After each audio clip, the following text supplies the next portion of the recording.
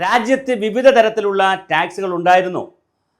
Local tax, sale tax, അതുപോലെ തന്നെ ഇങ്ങനെ MRP, ഇങ്ങനെ ഒരുപാട് തരത്തിലുള്ള ടാക്സുകൾ ഉണ്ടായിരുന്നു. സ്റ്റേറ്റ് പിരിക്കുന്ന ടാക്സ്, അതിൻ്റെ പോലെ സെൻട്രൽ എക്സൈസ് ഡ്യൂട്ടി, എക്സൈസ് തീരുവ എന്നൊക്കെ പറഞ്ഞ് വലിയ ടാക്സ് ആയിരുന്നു. ഇതിനെല്ലാം ഏകോപിപ്പിച്ചുകൊണ്ടാണ് ഗുഡ്സ് ആൻഡ് സർവീസ് ടാക്സ് എന്ന് പറഞ്ഞ IGST, Indian goods and service tax എന്ന് പറയുന്ന പുതിയ നിയമം വരികയും അത് ഒരുപാട് കൺഫ്യൂഷനൊക്കെ ക്രിയേറ്റ് ചെയ്തു. പക്ഷേ എങ്കിലും ഇന്ന് എല്ലാവരും അത് അംഗീകരിച്ചത്. GST കൗൺസിലുണ്ട്. ഇത് ഗവൺമെൻറ് അല്ല കൂടുതലും കൈകാര്യം, കൗൺസിലുണ്ട്. എല്ലാ സ്റ്റേറ്റിൻ്റെയും ധനകാര്യമന്ത്രിമാരും കേന്ദ്ര ധനകാര്യമന്ത്രിയൊക്കെ ഉള്ള വളരെ കൃത്യമായൊരു GST കൗൺസിലുണ്ട്. അവരാണ് ഈ തീരുമാനങ്ങൾ. അപ്പോൾ പ്രതിപക്ഷ സംസ്ഥാനത്തുള്ള ധനമന്ത്രിമാരും ഒക്കെ ഉണ്ട് അതിനകത്ത്. ബാലഗോപാലും കേരളത്തിൽ നിന്നുണ്ട്. അപ്പോൾ അവർ കൗൺസിൽ ഈ തീരുമാനങ്ങൾ എടുക്കും. അപ്പോൾ കൗൺസിലിൻ്റെ തീരുമാനങ്ങൾക്കനുസരിച്ചാണ് കാര്യങ്ങൾ പോകുന്നത്. പക്ഷേ കേന്ദ്ര ഗവൺമെൻറ്റിൻ്റെ മന്ത്രിസഭയ്ക്കും പല കാര്യങ്ങളും ശുപാർശ ചെയ്യാനുള്ള അവകാശമുണ്ട്, അല്ലെങ്കിൽ താല്പര്യമുണ്ട്.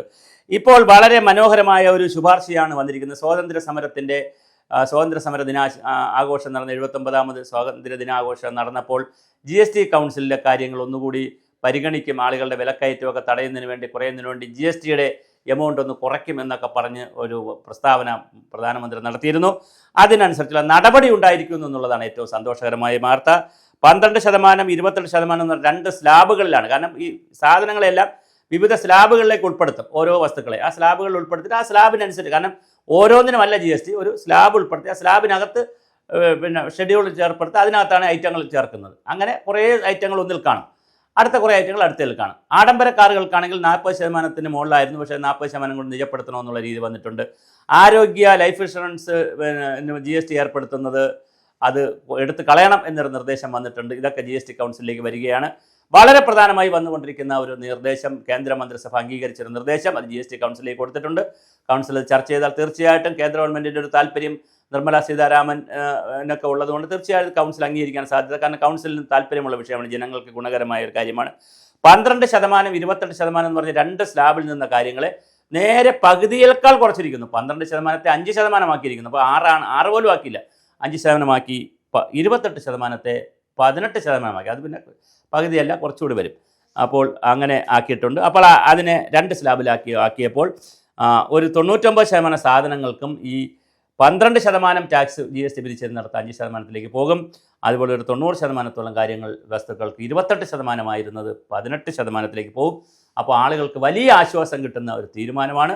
അപ്പോൾ തീർച്ചയായിട്ടും നമ്മൾ GDP-യിൽ വളർന്ന് മുന്നോട്ട് പോകുമ്പോൾ ഇത്തരത്തിലുള്ള നടപടികൾ എടുത്താൽ മാത്രമേ GDP-യുടെ ഗുണം ആളുകൾക്ക് കിട്ടുകയുള്ളൂ. കാരണം ഇവിടെ ആളുകൾക്ക് ഇതിൻ്റെ ഗുണം കിട്ടണമല്ലോ.